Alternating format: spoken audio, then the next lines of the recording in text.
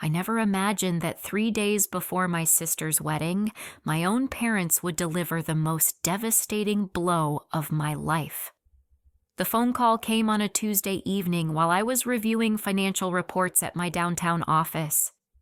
Mom's voice carried that familiar edge of disappointment, mixed with calculated cruelty that I'd grown accustomed to over the years.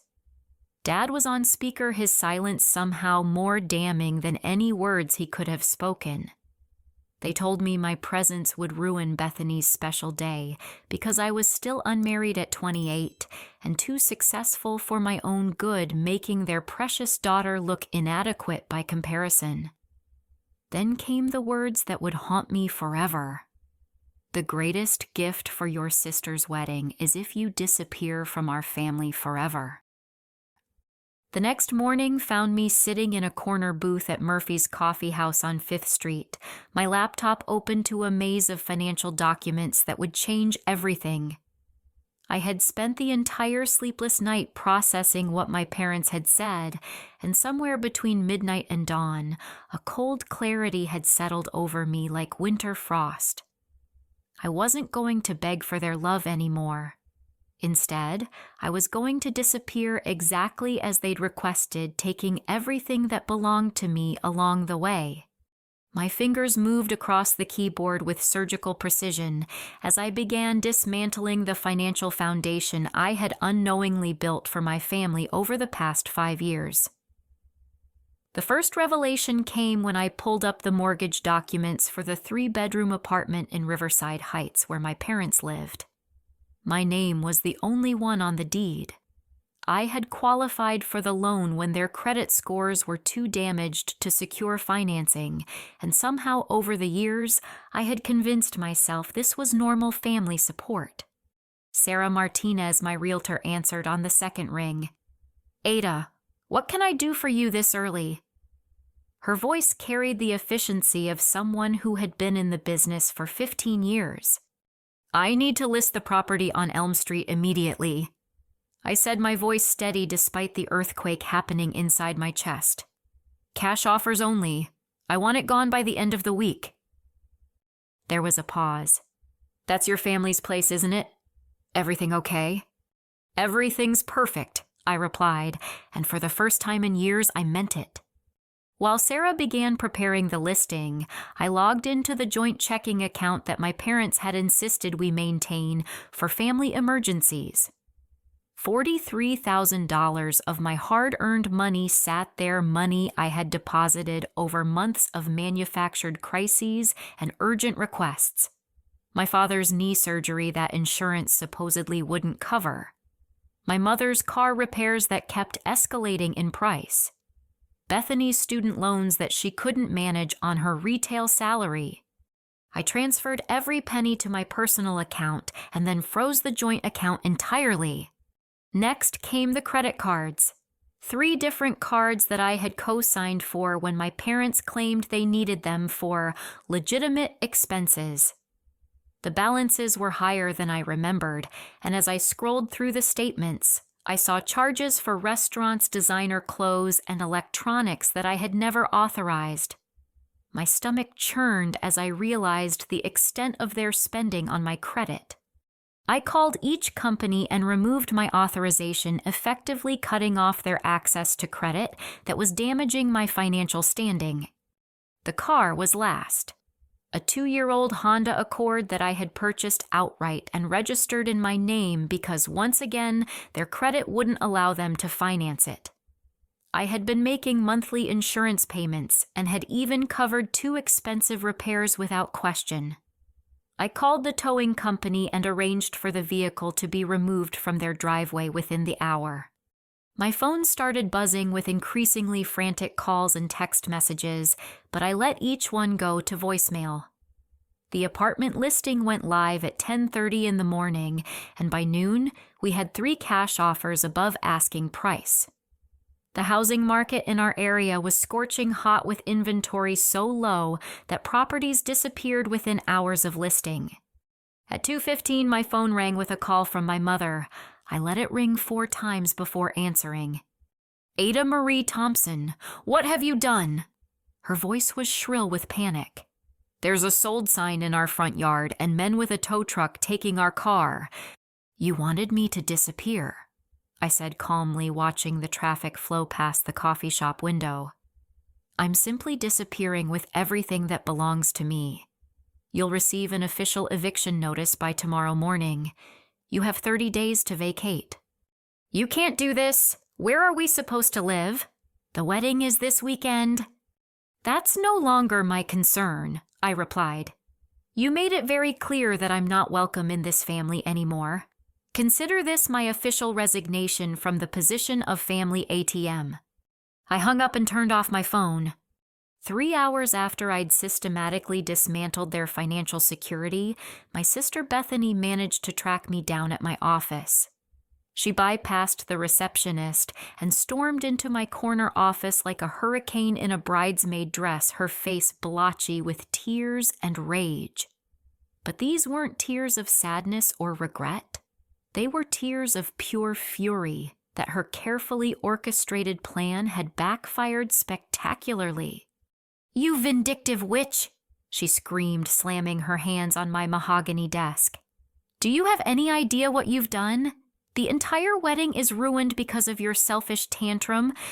I leaned back in my leather chair, studying my sister's face with new eyes. Bethany had always been the pretty one, the charming one, the one who could manipulate our parents with a smile and a well-timed tear. But now I was seeing something different. The mask had slipped, completely revealing a bitter, entitled woman who had never learned to stand on her own 2 feet. "My selfish tantrum," I repeated slowly. "I'm not the one who told our parents that I needed to disappear forever because my existence somehow diminished your wedding day." Bethany's face flushed deeper, and I knew I had hit the truth. "You want to know what really happened? Fine. I told them you needed to stay away because every family event becomes about you and your perfect job and your perfect apartment and your perfect everything. Do you know what it's like living in your shadow? Do you know how humiliating it is to have people constantly asking me why I'm not more like my successful sister?" The words poured out of her like poison that had been festering for years. She told me how she had been feeding our parents lies about me for months, convincing them that I looked down on them, that I thought they were failures and embarrassments. She had painted me as an arrogant, condescending daughter who was only helping them financially to maintain control over their lives. "I wanted one day," she continued, her voice breaking with self-pity, "one single day where I could be the star of the show without you swooping in with your checkbook and your solutions to everyone's problems. But no, even when you're not there, you still manage to ruin everything." My phone buzzed with a call from my Aunt Linda, my father's sister. I answered it, putting her on speaker. "Ada, honey, I just heard the most disturbing conversation." Aunt Linda's voice filled my office. "Your mother called me in hysterics, asking if we could take them in for a few days. When I asked what happened, she started ranting about how ungrateful and selfish you've always been. But something didn't add up, so I called your cousin Janet, and she told me about a conversation she had with your father last month." I felt my chest tighten as Aunt Linda continued. "He told Janet that you think you're too good for the family now that you're making good money. He said you only help them out of guilt, and that you constantly make comments about how they've never accomplished anything with their lives." Janet was shocked because that didn't sound like the Ada she knows, so she started asking other family members about similar conversations. Bethany's face went pale as Aunt Linda's voice grew stronger.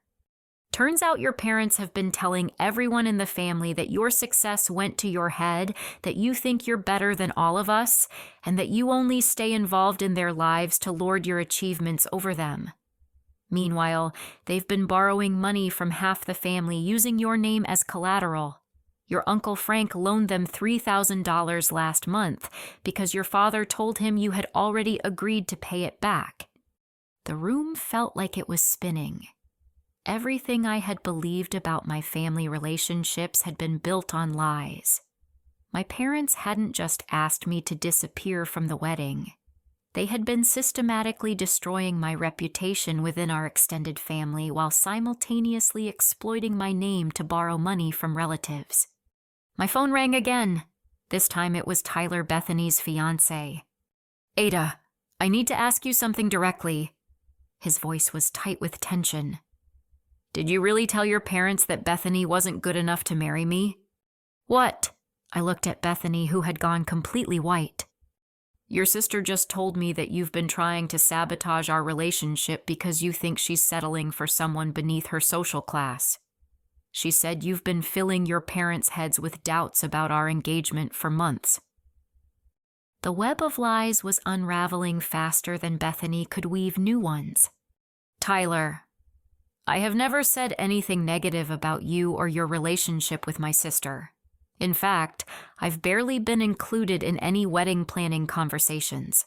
I learned about most of the details through text messages." There was a long pause before Tyler spoke again. "Bethany, we need to talk, right now." The call ended, and I watched my sister's carefully constructed world begin to crumble around her. The venue coordinator called her cell phone at that moment, and I could hear the voice through the speaker asking about the final payment that was supposed to have been made by our parents that morning. The caterer called next, then the florist, then the band. Every vendor was asking about payments that were now impossible to make. But instead of taking responsibility for the chaos she had created, Bethany turned to me with her hand extended. "You have to fix this," she demanded.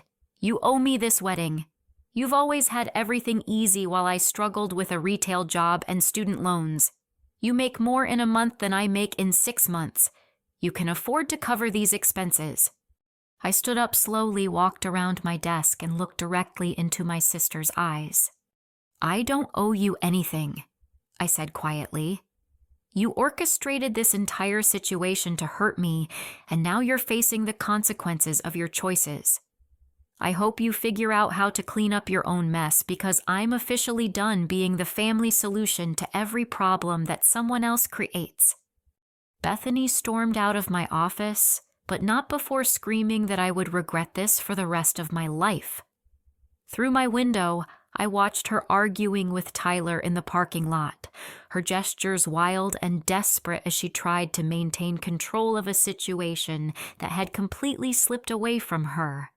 Saturday morning arrived gray and drizzling, matching the storm clouds that had been gathering over my family's life all week. I sat in my car across from St. Mark's Methodist Church, watching the chaos unfold like a disaster movie I couldn't turn off. My attorney, David Chen, was sitting in the passenger seat with a manila folder full of legal documents, while a process server named Marcus Williams waited in the back seat with papers that would officially begin the legal proceedings against my parents. I wasn't there to reconcile or to dramatically interrupt the ceremony like some Hollywood movie. I was there to protect myself legally and to serve papers for the money my parents had stolen from me over the years. David's investigation had uncovered financial crimes that went far beyond what I had initially realized, and today was the beginning of holding them accountable. The wedding was supposed to start at 11, but by 10:45 it was clear that something was very wrong. Half the expected guests were milling around the parking lot, looking confused, checking their phones, and whispering to each other. The elegant black sedan that should have been transporting the bride's family was nowhere to be seen. Instead, I spotted our old family minivan parked at the far edge of the lot, stuffed with garbage bags and pillows clearly being used as temporary housing. Through my binoculars, I could see my parents sitting in the front seats, my mother frantically applying makeup using the visor mirror, while my father tried to iron his dress shirt with a travel iron plugged into the cigarette lighter. They had spent the night sleeping in their car because they couldn't afford even the cheapest motel room in town. "This is heartbreaking," David murmured, but I felt nothing but cold satisfaction. They had chosen this path when they decided to cut me out of their lives while keeping access to my bank account. At 11:15, Bethany emerged from the church's bridal preparation room, and I could see immediately that the stress of the week had taken its toll. Her wedding dress, which should have been the highlight of her appearance, hung awkwardly on her frame. She had clearly lost weight from stress, and the alterations hadn't been redone. Her makeup was heavy and garish, obviously applied by someone inexperienced since she couldn't afford the professional makeup artist they had originally booked. The real drama began when she spotted our parents climbing out of their makeshift bedroom on wheels. Instead of discreetly handling the family crisis, Bethany lost complete control in front of all the remaining wedding guests. "Are you kidding me right now?" she shrieked across the parking lot, her voice carrying clearly in the morning air. "You show up to my wedding looking like homeless people. This is supposed to be the most important day of my life." Several guests turned to stare as she stormed across the asphalt in her wedding dress, the hem picking up dirt and moisture from the wet pavement. My mother tried to explain about their housing situation, but Bethany cut her off with language that would have made a sailor blush. "I don't want to hear excuses. You're supposed to be my parents, not my charity cases. Look at yourselves, Dad. Your shirt has wrinkles, and Mom, your hair looks like you stuck your finger in a light socket." Tyler appeared at the church entrance, presumably looking for his bride, and stopped dead when he saw the scene unfolding in the parking lot. His parents, dressed in their elegant wedding attire, stood frozen beside him as they witnessed their future daughter-in-law publicly humiliate her own family. But Bethany wasn't finished. When she noticed that several of our relatives were missing from the guest list, she demanded to know where everyone was. My mother tried to explain that they had been forced to uninvite people because they couldn't afford the per-plate cost at the reception venue, but this only fueled Bethany's fury further. "So now I have a half-empty wedding because my sister decided to throw a tantrum," she screamed. "Where is she anyway? Hiding somewhere watching this disaster she created." That's when my Aunt Linda stepped forward from the group of confused guests. "Bethany, honey, I think you need to hear some things about what really happened this week," she said firmly. "Your sister didn't create this disaster. She simply stopped allowing herself to be financially abused by people who were using her generosity against her." "What are you talking about?" Bethany snapped. "I'm talking about the $3,000 your parents borrowed from Uncle Frank, using Ada's name as collateral. I'm talking about the credit cards they opened in her name without permission. I'm talking about the mortgage on their apartment that Ada has been paying alone for 5 years, while they told everyone she was just helping out occasionally." Tyler's face went through a range of expressions as he processed this information. His parents looked horrified as they began to understand the dynamics of the family their son was marrying into. "That's not true," Bethany protested, but her voice lacked conviction. "It is true," Tyler said quietly. "Your sister told me the same things when I called her on Wednesday. She also told me that you've been lying about her trying to sabotage our relationship. She said she's barely been included in any of the wedding planning." The crowd of guests was growing larger as more people stopped to listen to the argument. Some were pulling out their phones to record the meltdown, while others were quietly slipping away, unwilling to be part of such a public spectacle. "I can't do this," Tyler said suddenly, his voice cutting through Bethany's protests. "I can't marry someone who would treat their family this way and then lie about it to everyone, including me. I thought I knew who you were, Bethany, but this week has shown me a person I don't recognize." He began walking back toward the church, presumably to cancel the ceremony, but Bethany chased after him in her wedding dress, stumbling on the wet pavement and nearly falling. "You can't leave me at the altar. Everyone's watching. My whole life is falling apart." "Your whole life fell apart because of choices you made," Tyler replied without turning around. "I want the engagement ring back, and I want you to move your things out of my apartment by next weekend." That's when Marcus, the process server, got out of my car and approached my parents with the legal documents. I watched from a distance as they were officially served with papers for identity theft fraud and financial abuse. Their faces went from confusion to terror as they realized that their financial crimes were about to become a matter of public record. The wedding guests dispersed rapidly once it became clear that there would be no ceremony. Some stopped to offer awkward condolences to my parents, while others hurried to their cars, clearly eager to distance themselves from the chaos. I felt a strange sense of closure watching the spectacle that my absence had created. They had wanted me to disappear so they could have their perfect day, but instead my disappearance had revealed the ugly truth about who they really were. 2 weeks after the wedding disaster, I sat in David Chen's law office as he spread out documents across his conference table like a general planning a military campaign. What we had uncovered during our investigation was far worse than simple financial boundary violations. My parents had committed serious crimes, and the evidence was overwhelming. "Ada, I need you to prepare yourself for this." David said, his expression grave. "What your parents did constitutes felony identity theft and wire fraud.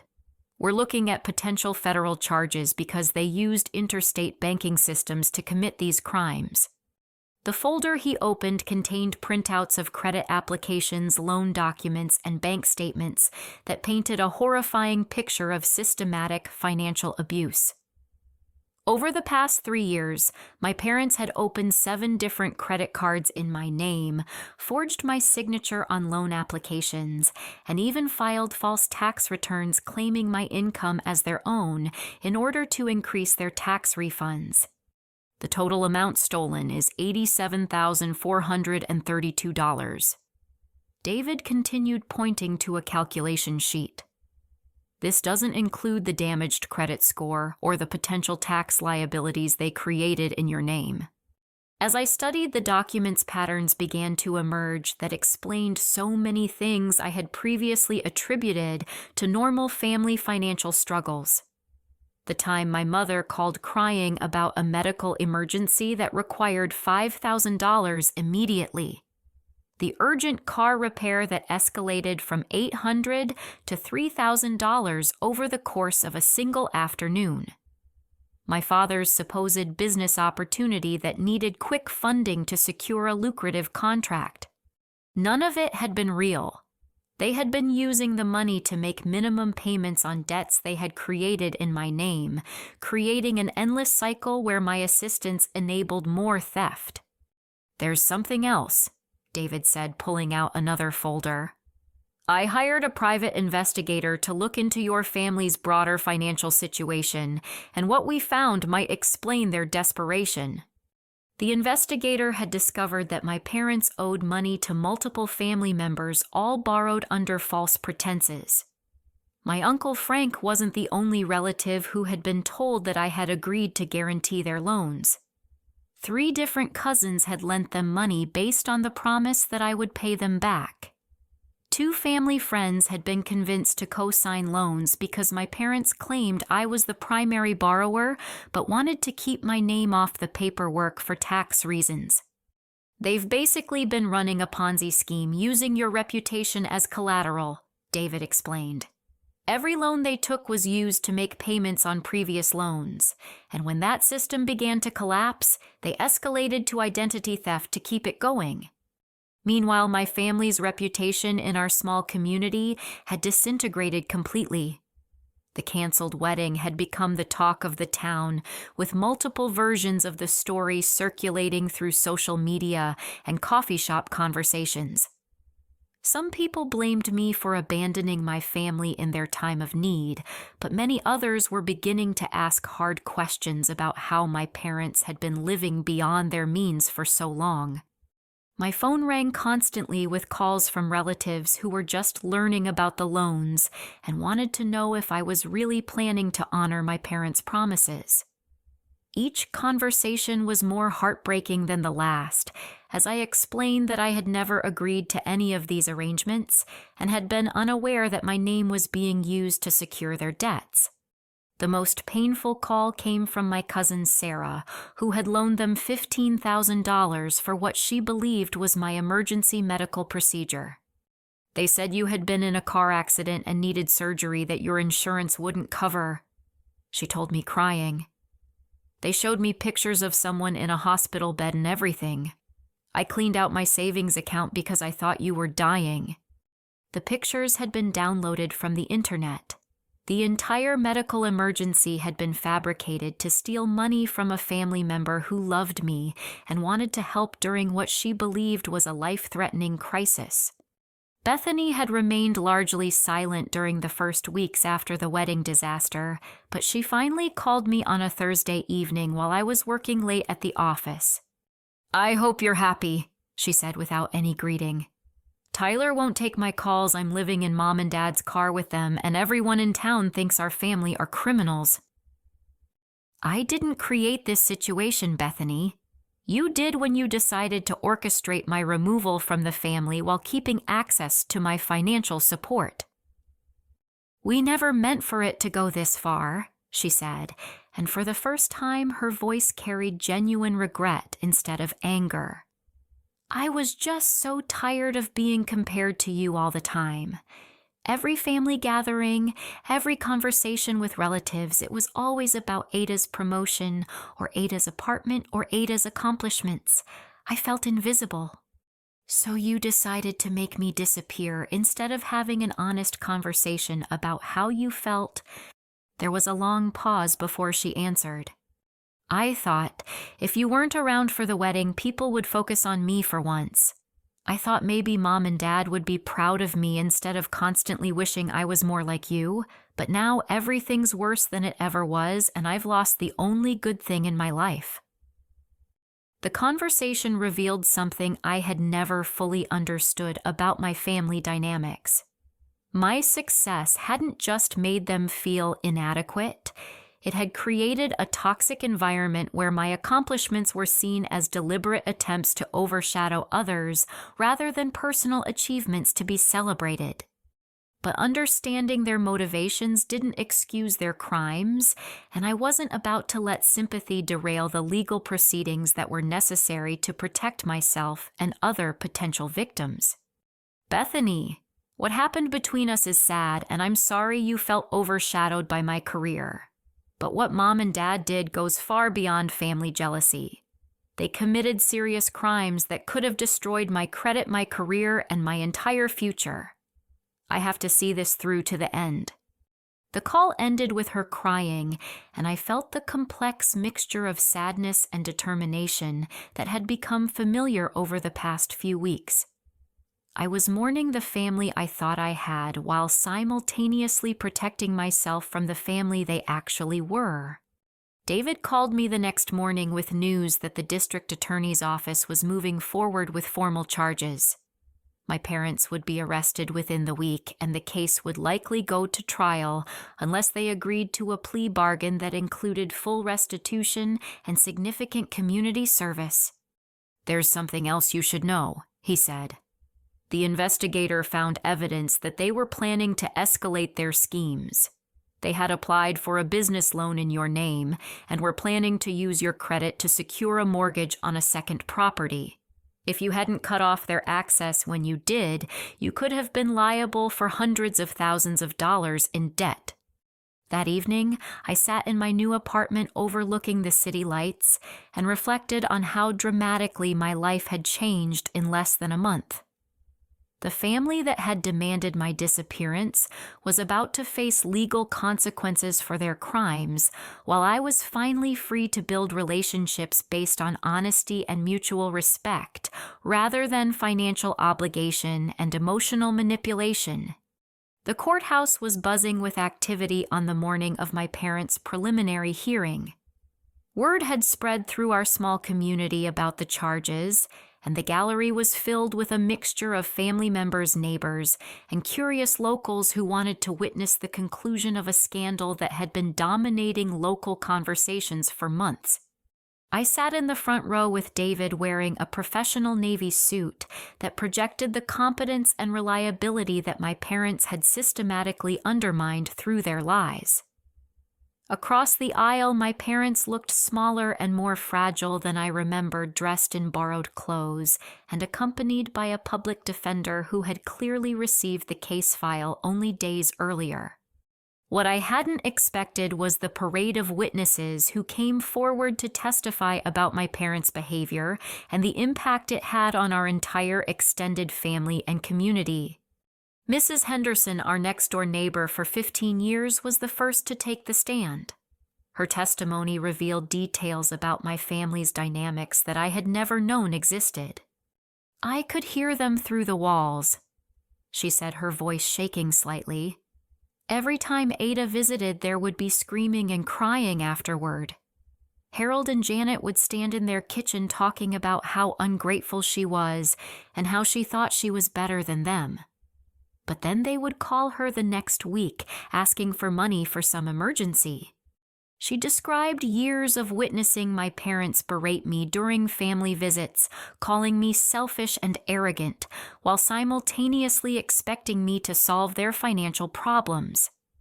She had always wondered why someone as successful and educated as me seemed to have no confidence when she was around her own family. The girl I saw leaving their apartment after visits looked beaten down and sad. Nothing like the professional woman I'd see in the newspaper business section or at community events. My high school English teacher, Mrs. Patricia Williams, had apparently followed my career through local business publications and social media. Her testimony was particularly devastating because she had interacted with my parents during school events and parent-teacher conferences. Ada was one of the brightest students I ever taught, but her parents never seemed proud of her accomplishments, she testified. During her senior year, when she received a full academic scholarship to the state university, her parents spent the entire parent celebration event complaining about how the scholarship money wouldn't help them with their financial problems. They seemed to view their daughter's success as something that should benefit them directly, rather than something to celebrate. She went on to describe how my parents had contacted her 2 years earlier, asking for a letter of recommendation for some kind of loan application. When she asked why they needed character references, they told her that I was applying for a business loan, but wanted to keep my name private for competitive reasons. She had refused to write the letter because something about the request felt dishonest. I've been teaching for 37 years, and I've never seen parents who seem to resent their child's success the way Harold and Janet resented Ada's accomplishments. It was like they took her achievements as personal insults rather than reasons for pride. The most shocking testimony came from Dr. Margaret Foster, a family therapist who had been quietly observing the dynamics in our community for years. She had been subpoenaed by the prosecution to provide expert testimony about financial abuse and familial exploitation. What I observed in this family represents a textbook case of financial parentification and emotional abuse, she explained to the jury. The defendant's daughter was systematically conditioned to believe that her worth within the family was tied to her ability to provide financial support, while simultaneously being emotionally punished for the success that enabled her to provide that support. She described how my parents had created a psychological trap where my financial assistance was expected and demanded, but my success was resented and minimized. This had created a pattern where I felt obligated to continue providing support in hopes of earning approval that would never come.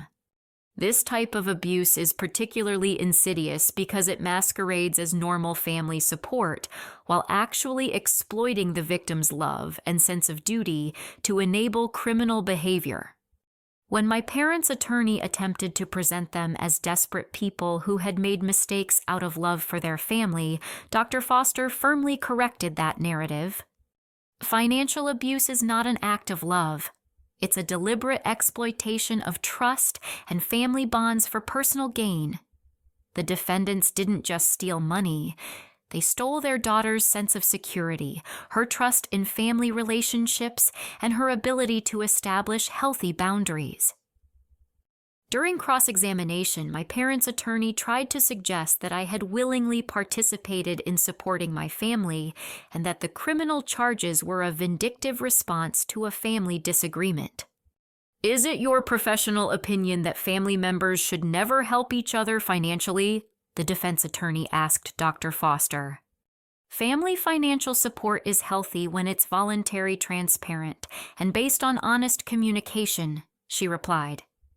What happened here was systematic deception, identity theft, and exploitation. The defendants used forged signatures, false information, and emotional manipulation to steal from their daughter while simultaneously destroying her reputation within the family and community. The most damaging moment for my parents came when Bethany was called as a witness for the prosecution. David had warned me that her testimony would be difficult to watch, but I wasn't prepared for the complete breakdown of her composed facade. Under oath, she admitted that the family had viewed me as their personal bank account and that they had never respected my attempts to set boundaries around financial assistance. She described conversations where my parents had openly discussed how to manipulate me into providing money for expenses that weren't real emergencies. They told me that Ada was too naive to realize she was being used and that her guilt about being successful while we struggled meant she would always give us money if we made her feel responsible for our problems. Bethany testified, tears streaming down her face. She went on to describe the wedding manipulation scheme, admitting that she had orchestrated my exclusion from the family because she was jealous of my career and wanted one day where she could be the center of attention without being compared to my accomplishments. I thought if Ada wasn't there, people would finally notice me and be proud of me instead of asking why I wasn't more like my sister, she said. But I never meant for things to go this far. I never wanted them to steal from her or ruin her credit. When asked about the lies they had told extended family members about my character and attitude, Bethany broke down completely. We made up stories about Ada being arrogant and condescending because it was easier than admitting that we were jealous of her success and angry that she wouldn't give us unlimited access to her money. We turned the whole family against her because we were ashamed of ourselves.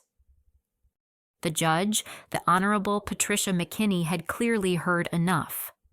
During my parents' attempt to speak on their own behalf, she cut them off when they began to claim that they were the real victims. I have listened to hours of testimony about systematic fraud, identity theft, and emotional abuse, Judge McKinney said firmly. You have stolen nearly $90,000 from your own daughter, damaged her credit, lied to extended family members, and created false emergencies to manipulate her into providing financial support. This is not a family disagreement. These are serious crimes that could have destroyed an innocent person's financial future. When my father attempted to interrupt, claiming that I owed them support because they had raised me, the judge's response was swift and decisive. Mr. Thompson, raising a child is a legal obligation that parents accept when they bring a child into the world. It does not create a lifetime debt that justifies fraud and theft. Your daughter succeeded despite your treatment of her, not because of it. The sentencing hearing was scheduled for the following month, but Judge McKinney issued an immediate restraining order after my parents made threatening statements toward me during a recess. "You've destroyed this family," my mother screamed across the courthouse hallway. "You'll regret this for the rest of your miserable life." "That's enough," Judge McKinney said, emerging from her chambers after hearing the outburst. The defendants are hereby ordered to have no contact with the victim directly or indirectly until further notice from this court. As I walked out of the courthouse with David, I felt a strange mixture of vindication and sadness. Justice was being served, but it came at the cost of completely severing the last threads of my relationship with the people who were supposed to love and protect me. The community reckoning had revealed that their abuse of me was well known and had been tolerated for years by people who should have spoken up sooner. But it had also revealed something else. I had allies and supporters who had been watching and caring from a distance, waiting for an opportunity to help me break free from a toxic situation that had defined my life for too long.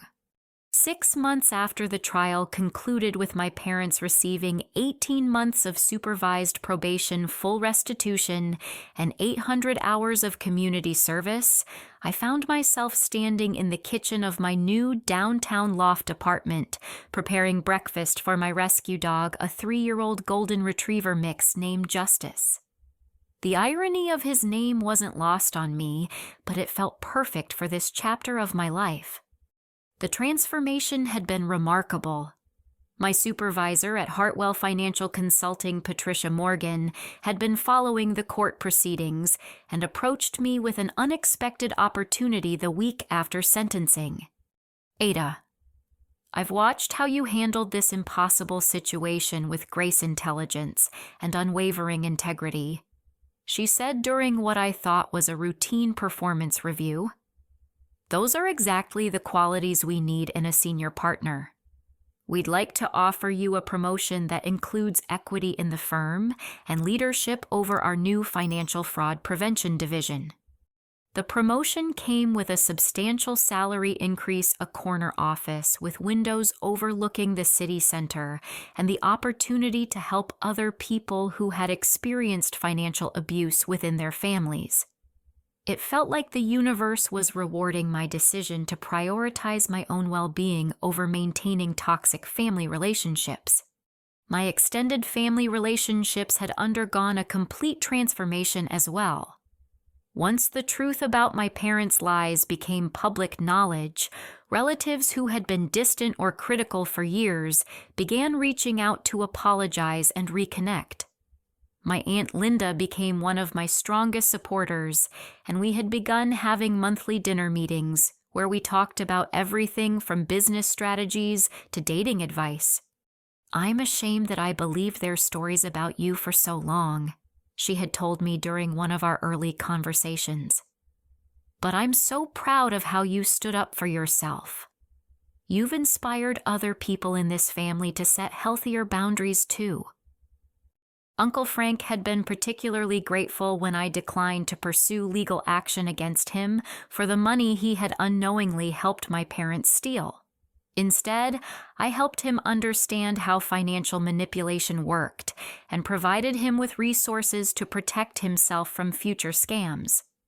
The most unexpected development was my relationship with Marcus Williams, the process server, who had delivered legal documents to my parents on the wedding day. 3 months after the trial, he called my office to check on how I was adjusting to life after such a traumatic experience. "I know this might sound strange, but I haven't been able to stop thinking about your case," he said. "I've been serving legal papers for 8 years, and I've never seen someone handle such a betrayal with the kind of strength and clarity you showed. I was wondering if you'd like to have coffee sometime and talk about something other than legal documents." Our first coffee date turned into a 3-hour conversation about books, travel, career goals, and our shared experience growing up in families that didn't quite know how to handle successful children. Marcus had put himself through law school while working full-time and supporting his younger siblings after their father abandoned the family. He understood the complexity of loving people who sometimes resent your accomplishments. "The difference between your family and mine," he told me during our second date, "is that my mother celebrates my success even when she doesn't fully understand it. Your parents saw your achievements as threats to their own self-image." 6 months later, we were officially dating, and he had introduced me to a completely different model of what family relationships could look like. His mother, Elena Williams, welcomed me like a daughter and frequently told Marcus how proud she was that he had found someone with such strength and integrity. My professional life had expanded beyond my individual success.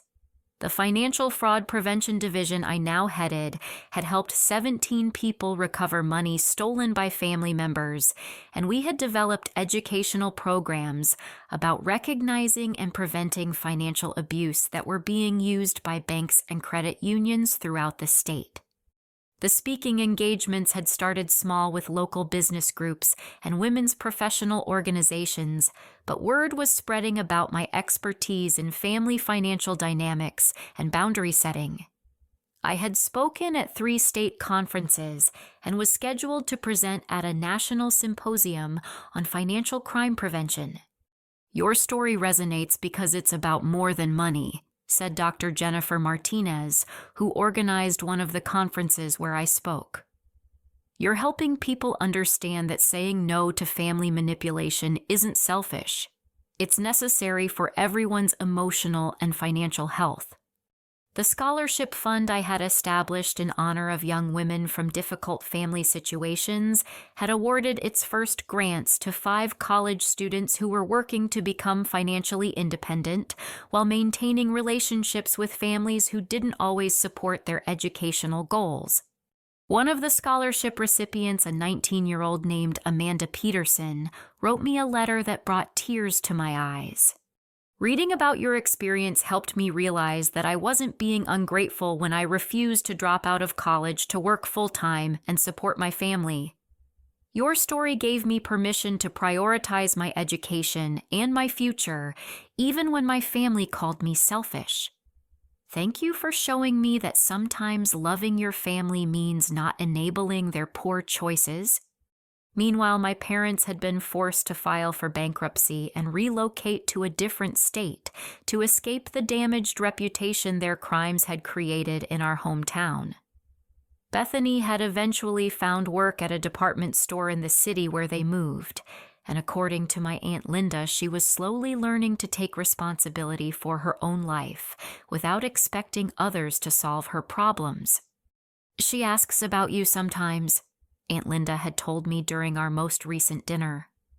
"I think she realizes now that she destroyed something valuable when she chose jealousy over love." I had no desire to reconnect with Bethany or my parents, but I had reached a place of emotional neutrality regarding their lives. I hoped they would find ways to build healthier relationships and make better choices, but I was no longer willing to sacrifice my own well-being to enable their growth. The most surprising development was the impact my story had on other people who reached out through my professional website and social media. I received messages from people all over the country who were dealing with similar family financial abuse, and many of them said that learning about my experience had given them the courage to set boundaries with manipulative relatives. I never realized that my family's constant financial emergencies were actually a pattern designed to exploit my guilt and success, wrote one woman from California. "Your story helped me see that I can love my family without funding their poor decisions." Another message came from a man whose parents had been using his business success to secure loans they couldn't afford. "I thought I was being a good son by helping with their financial problems, but after reading about your experience, I realized they were systematically damaging my credit and my business reputation. I've hired an attorney and started the process of protecting myself legally. Thank you for showing me that family love shouldn't require financial sacrifice." On a quiet Sunday morning 6 months after the trial, I sat on my apartment balcony with Justice sleeping at my feet and Marcus reading the newspaper beside me.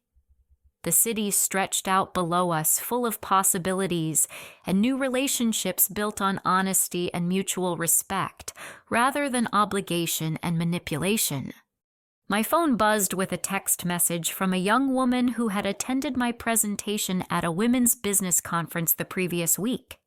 "Ms. Thompson, I wanted you to know that I used your advice about setting financial boundaries with family members. When my parents demanded that I co-sign for a loan I couldn't afford, I said no for the first time in my adult life. They're angry now, but I know I made the right choice.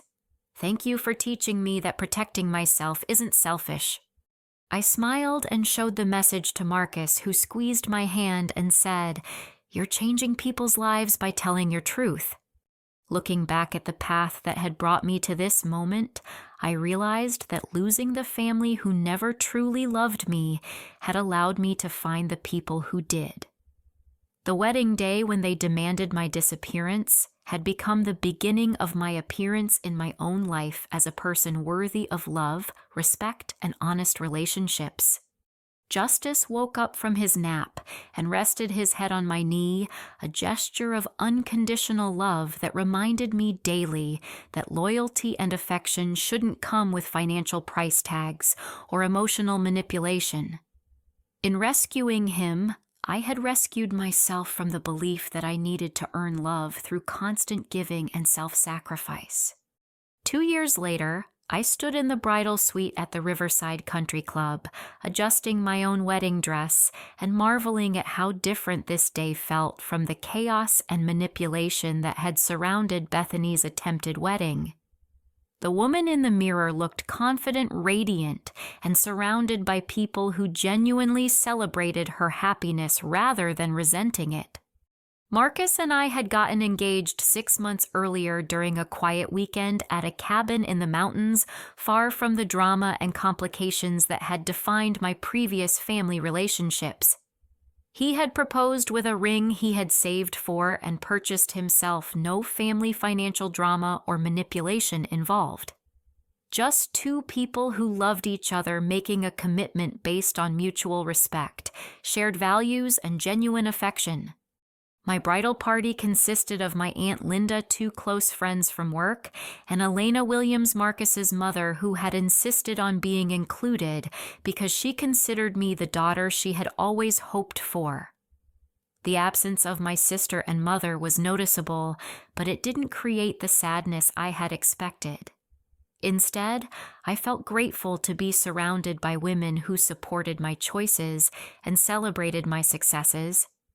"You look absolutely beautiful," Elena said, fastening a pearl necklace around my neck.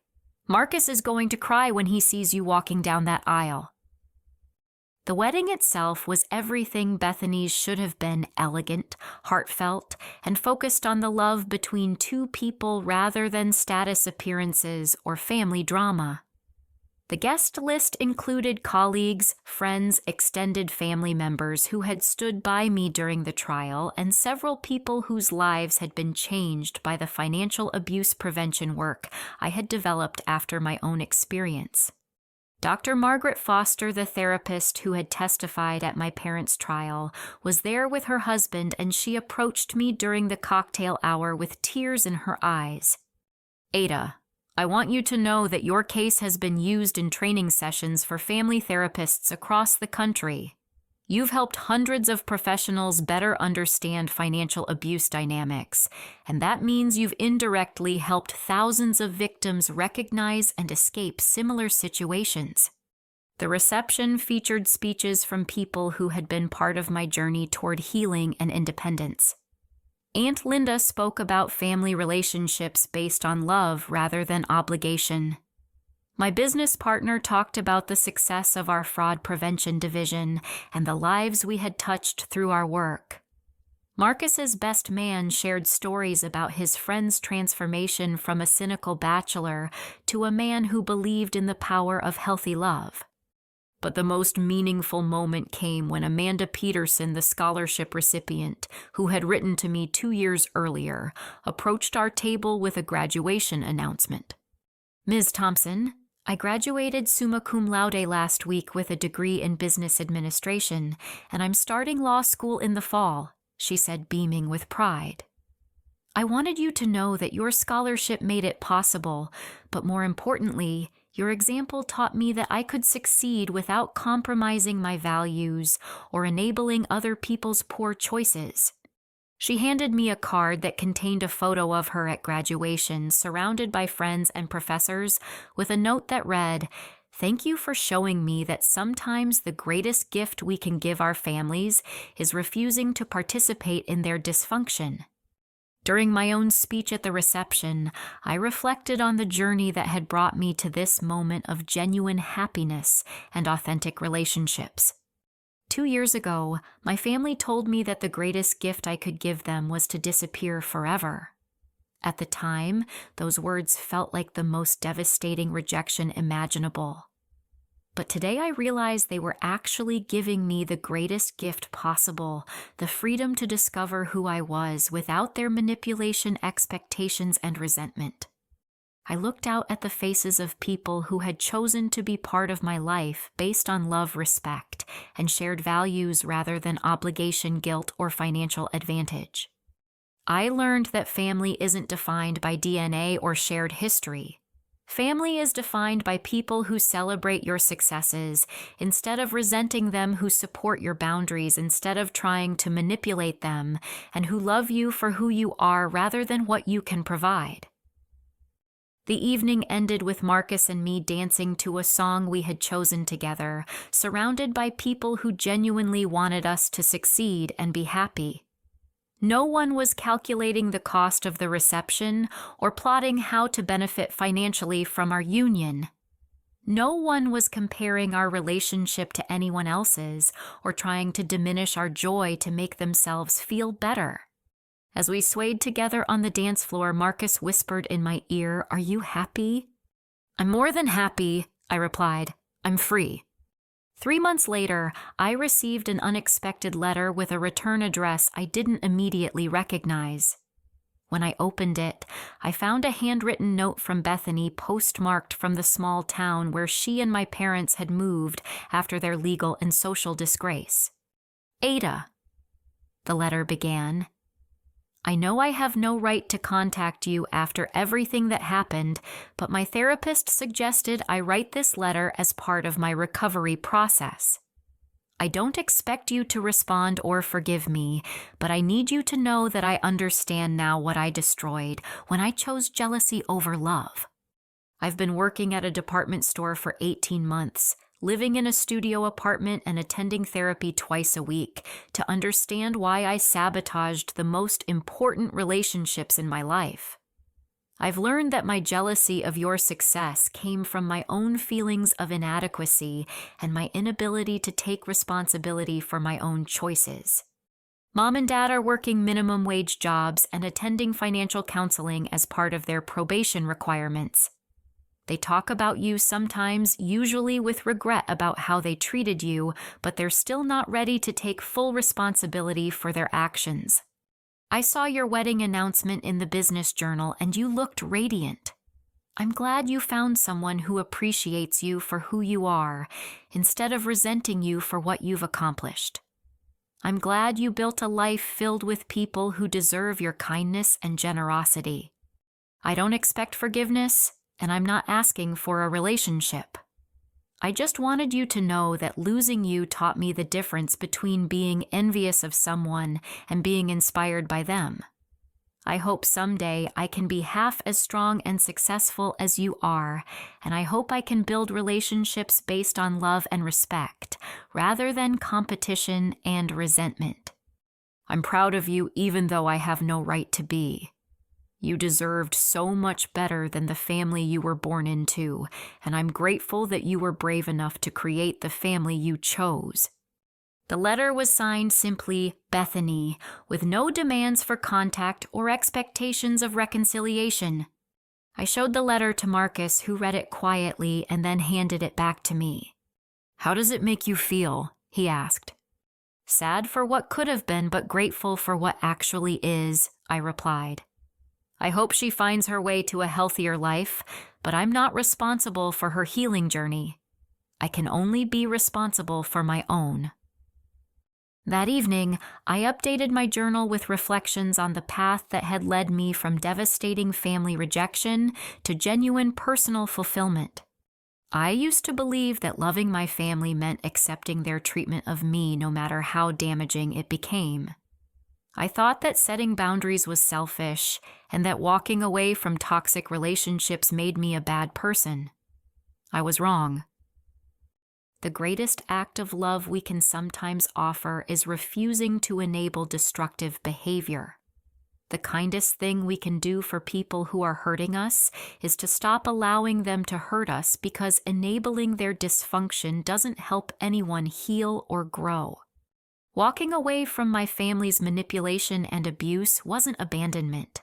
It was the first step toward building a life based on authentic relationships, mutual respect, and genuine love. It was the beginning of discovering that I was worthy of kindness, support, and celebration rather than constant criticism and exploitation. My story isn't about revenge or punishment. It's about the courage to choose emotional and financial health over familial obligation. It's about learning that we can love people from a distance when loving them up close becomes destructive to our well-being. The wedding day when my parents told me to disappear forever became the day I appeared in my own life as someone worthy of love, respect, and honest relationships. Sometimes, the most devastating rejection becomes the most liberating gift if we have the courage to accept it and build something better from the ashes of what was broken. 6 months after receiving Bethany's letter, I launched a nonprofit organization called Chosen Family Foundation that provides support resources and legal assistance to people who are dealing with financial abuse within their families.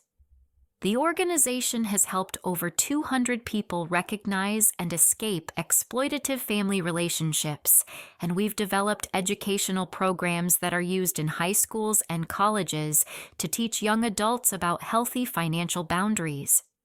The work is deeply meaningful because it transforms my painful experience into a resource that prevents other people from enduring similar abuse. Every person we help represents someone who won't have to wait until their 30s to discover that family love shouldn't require financial sacrifice or emotional manipulation. Today, as I write the final chapter of this story, I'm sitting in my home office overlooking a garden that Marcus and I planted together, watching Justice play with Luna, the puppy we adopted last month.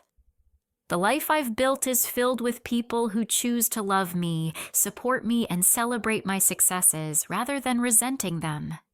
The family that demanded my disappearance gave me the greatest gift imaginable, the freedom to discover that I was worthy of genuine love, authentic relationships, and the respect that I had been seeking in all the wrong places. Sometimes the most devastating rejection becomes the most liberating gift if we have the courage to accept it and transform it into the foundation for something beautiful and true. Have you ever had to choose between maintaining toxic family relationships and protecting your own well-being? How do you think you would handle a situation where family members were exploiting your success while resenting your accomplishments? I'd love to hear your thoughts in the comments below about setting boundaries with family members who don't respect your achievements or your financial independence. If this story resonated with you or helped you think differently about family dynamics and financial boundaries, please give it a like and share it with someone who might benefit from hearing about the importance of choosing emotional health over familial obligation. Your support helps me continue creating content that addresses the complex challenges of modern family relationships. Don't forget to subscribe for more stories about personal transformation, overcoming family manipulation, and building authentic relationships based on love and respect, rather than guilt and obligation. Thank you for taking this journey with me, and I hope my experience inspires you to prioritize your own well-being and surround yourself with people who celebrate your success, rather than resenting it. Remember, you are worthy of love that doesn't come with conditions, manipulation, or financial expectations. Sometimes the greatest gift we can give ourselves is the courage to walk away from people who can't love us the way we deserve to be loved.